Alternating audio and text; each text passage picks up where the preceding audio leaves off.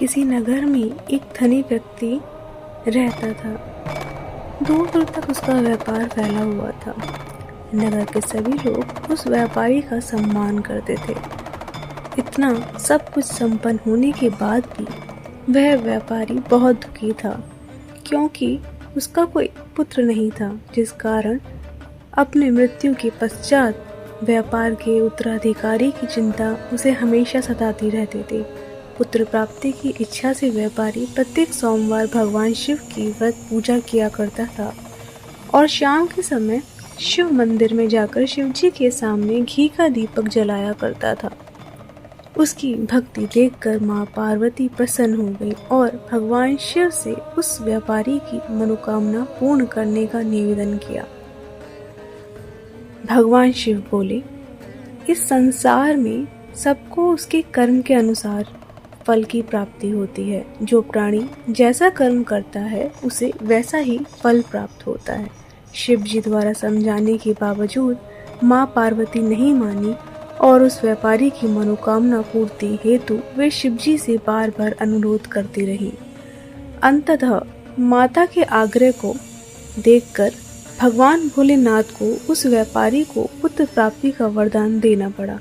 वरदान देने के पश्चात भोलेनाथ माँ पार्वती से बोले, आपके आग्रह पर मैंने पुत्र प्राप्ति का वरदान तो दे दिया है, परंतु इसका यह पुत्र 16 वर्ष से अधिक समय तक जीवित नहीं रहेगा। उसी रात भगवान शिव उस व्यापारी के स्वप्न में आए और पुत्र प्राप्ति का वरदान दिया और उसके पुत्र के 16 वर्ष तक जीवित रहने की भी बात बताई। भगवान के वरदान से व्यापारी को खुशी तो हुई, लेकिन पुत्र की अल्पायु की चिंता से उस खुशी को नष्ट कर दिया। व्यापारी पहले की तरह सोमवार के दिन भगवान शिव का विधिवत व्रत करता रहा। कुछ महीनों के बाद उसके घर एक अति सुंदर बालक ने जन्म लिया और घर में खुशियां ही खुशियां भर गई। बहुत धूमधाम से पुत्र जन्म का समारोह मनाया गया, परंतु व्यापारी को पुत्र जन्म की अधिक खुशी नहीं हुई, क्योंकि उसे पुत्र की अल्पायु के रहस्य का पता था। जब पुत्र 12 वर्ष का हुआ तो व्यापारी ने उसे उसके मामा के साथ पढ़ने के लिए वाराणसी भेज दिया। लड़का अपने मामा के साथ शिक्षा प्राप्ति हेतु चल दिया।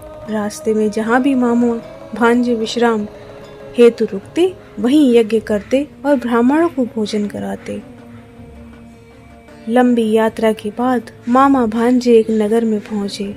उस दिन नगर में राजा की कन्या का विवाह था, जिस कारण पूरे नगर को सजाया गया था।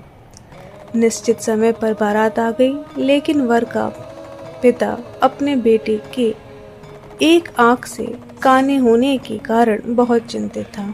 उसे भय था कि इस बात का पता चलने पर कहीं राजा विवाह से इनकार ना कर दे, इससे उसकी बदनामी भी होगी।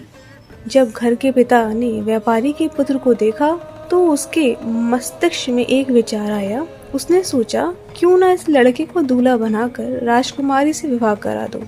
विवाह के बाद इसको धन देकर विदा कर दूंगा और राजकुमारी को अपने नगर ले जाऊंगा। वर्ष के पिता ने लड़के के मामा से इस संबंध में बात की। मामा ने धन मिलने के लालच में वर के पिता की बात स्वीकार कर ली। लड़के को दूल्हे का वस्त्र पहनाकर राजकुमारी से विवाह कर दिया गया।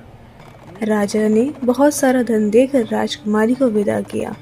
शादी के बाद लड़का जब राजकुमारी के साथ लौट रहा था तो वह सच नहीं छिपा सका और उसने राजकुमारी की ओढ़नी पर लिख दिया, राजकुमारी, तुम्हारा विवाह मेरे साथ हुआ था। मैं तो वाराणसी पढ़ने के लिए जा रहा हूँ और अब तुम्हें जिस नवयुवक की पत्नी बनना पड़ेगा वह कान्हा है। जब राजकुमारी ने अपनी ओढ़नी पर लिखा हुआ पढ़ा तो उसने काने लड़के के साथ जाने से इनकार कर दिया। राजा को जब ये सब बातें पता लगी तो उसने राजकुमारी को महल में ही रख लिया। उधर लड़का अपने मामा के साथ वाराणसी पहुंच गया और गुरुकुल में पढ़ना शुरू कर दिया। जब उसकी आयु 16 वर्ष की हो गई तो अपने यज्ञ करने लगा। यज्ञ की समाप्ति पर ब्राह्मणों को भोजन कराया और खूब अन्न वस्त्र दान दिया। रात को वह अपने शयन कक्ष में सो गया। शिव के वरदान के अनुसार शयनावस्था में ही उसके प्राण पखेरु उड़ गए। सूर्योदय पर मामा मृत भांजे को देखकर रोने पीटने लगा। आसपास के लोग भी एकत्र होकर दुख प्रकट करने लगे। लड़के के मामा के रोने विलाप करने के स्वर समीप से गुजरते हुए भगवान शिव और माता पार्वती ने भी सुने। माता पार्वती ने भगवान शिव से कहा, प्राणनाथ, मुझे इसके रोने के स्वर सहन नहीं हो रहे। आप इस व्यक्ति के कष्ट को अवश्य दूर करें। भगवान शिव ने माता पार्वती के साथ अदृश्य रूप में समीप जाकर देखा तो भोलेनाथ माता पार्वती से बोले, यह तो उसी व्यापारी का पुत्र है जिसे मैंने 16 वर्ष की आयु का वरदान दिया था। इसकी आयु पूरी हो गई है। माँ पार्वती ने फिर भगवान शिव से निवेदन कर उस बालक को जीवित करने का आग्रह किया। माता पार्वती के आग्रह पर भगवान शिव ने उस लड़के को जीवित होने का वरदान दिया और कुछ ही पल में वह जीवित होकर बैठ गया। शिक्षा समाप्त करके लड़का मामा के साथ अपने नगर की ओर चल दिया। दोनों चलते हुए उसी नगर में पहुंचे जहां उसका विवाह हुआ था। उस नगर में भी यज्ञ का आयोजन किया। समीप से गुजरते हुए नगर के राजा ने यज्ञ का आयोजन देखा और उसने तुरंत ही लड़के और उसके मामा को पहचान लिया।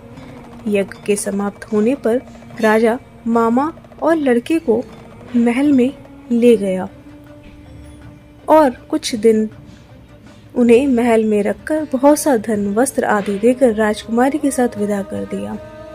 इधर भूखे प्यासे रहकर व्यापारी और उसकी पत्नी बेटे की प्रतीक्षा कर रहे थे। उन्होंने प्रतिज्ञा कर रखी थी कि यदि उन्हें अपने बेटे की मृत्यु का समाचार मिला तो दोनों अपने प्राण त्याग देंगे।